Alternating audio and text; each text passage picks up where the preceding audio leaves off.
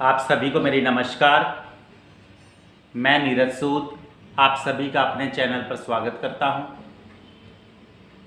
जैसा कि ज्योतिष विद्या के संबंध में हम बात करें तो हमारे पास जातक कब आता है? जब उसको कोई परेशानी हो या वो किसी कार्य के बारे में जानना चाहता हो कि वो कार्य उसका कब होगा। जैसा कि आप सब जानते हैं कि ज्योतिष के संबंध में कई प्रणालियां हैं। वैदिक ज्योतिष है, लाल किताब है, रमल विद्या है, कृष्णामूर्ति पत्ती है। तो हर विद्या अपनी जगह पर सटीक है, बस उसे इस्तेमाल करने का किस प्रकार से इस्तेमाल किया जा सकता है ये हमें आना चाहिए।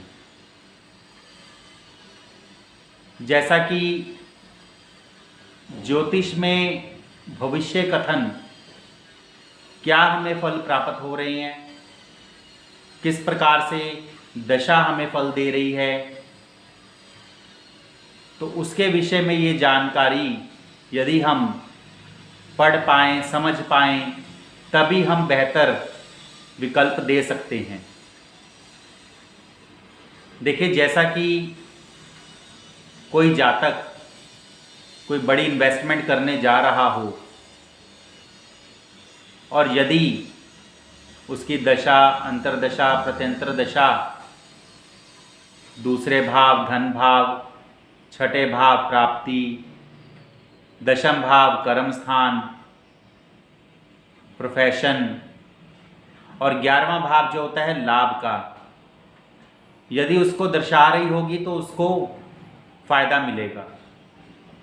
परंतु यदि आगामी दशा 5, 8, 12 भावों की कार्येश हो, 5वां भाव होता है ना प्राप्ति का, 8वां भाव होता है रुकावट का, डिजेक्शंस का, 12वां भाव होता है व्यय का, नुकसान का, परेशानी का, उसके साथ साथ पहला भाव धन का व्यय भाव, तब किया गया निवेश नुकसान दे सकता है। कई बार ऐसा भी होता है कि बहुत से लोग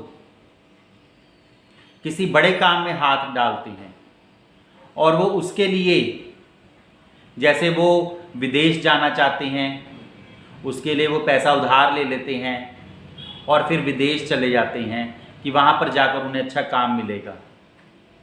परंतु जब उन्हें वो काम नहीं मिलता वहाँ पर, एक तो वो कर्ज उठाकर गए हुए होते हैं, दूसरा उनको काम नहीं मिलता, फिर उसके लिए वो परेशान हो जाते हैं।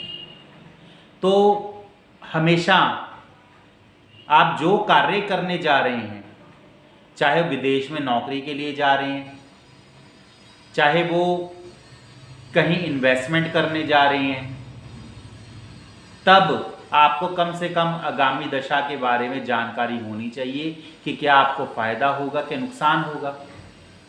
और यदि मान लो फ़ायदा होगा फिर तो इन्वेस्टमेंट की गई बेहतर है, परंतु यदि नुकसान होगा तो फिर उसके विषय में सोचने की ज़रूरत है कि क्या निवेश किया जाए या नहीं किया जाए या कब किया जाए। तो जैसा कि कृष्णामूर्ति प्रणाली गुरुवर के जी के द्वारा बहुत ही बेहतरीन प्रणाली, जिसके बारे में आजकल बहुत से ज्योतिषी अच्छी तरह जानते हैं, वाकिफ़ हैं और हर प्रकार से उसके द्वारा जो है विश्लेषण वगैरह करते हैं। अब जैसा कि हर भाव से संबंधित जो प्रॉमिस है, हर विषय से संबंधित जो प्रॉमिस है, क्या वो हमें मिलेगा?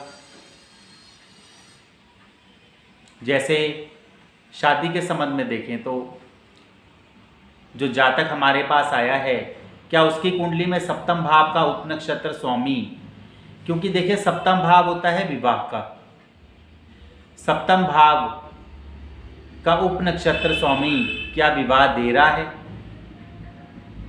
क्या वो दूसरे भाव परिवार का कार्येश है, या सप्तम भाव विवाह का कार्येश है, या फिर 11वें भाव इच्छा पूर्ति का कार्येश है।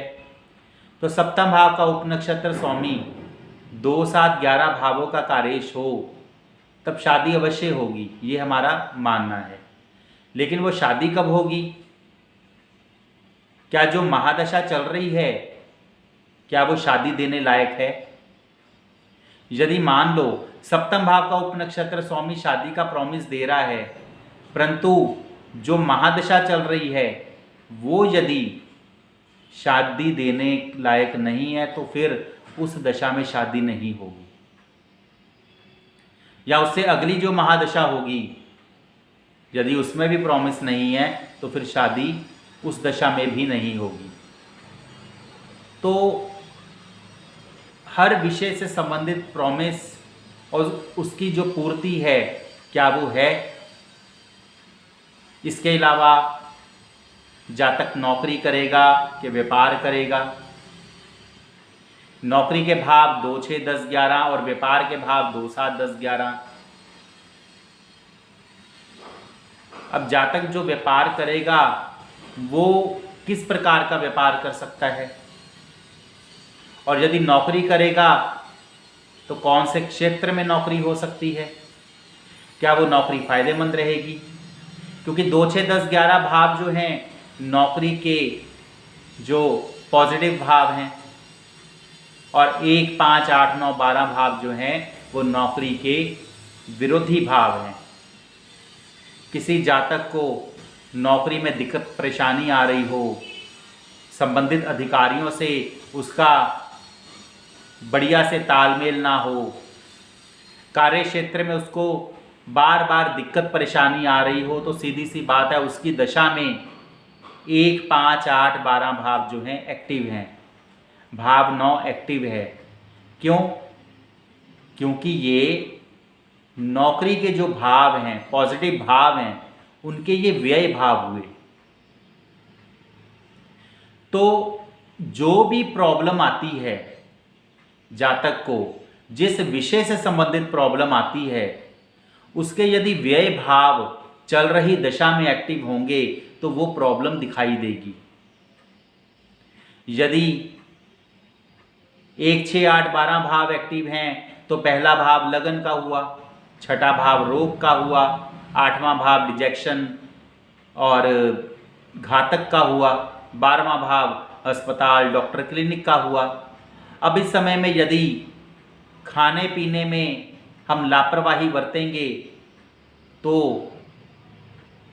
हमारी सेहत खराब होगी ही होगी। तो इसलिए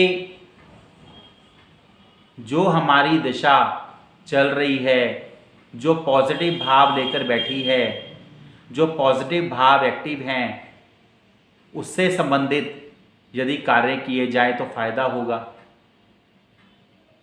और यदि नेगेटिव भाव एक्टिव हैं तो फिर संभल कर चलना होगा, हमें ध्यान देना होगा, तभी हम नेगेटिव जो भाव एक्टिव हैं उनसे संबंधित विषयों से बच जाएंगे।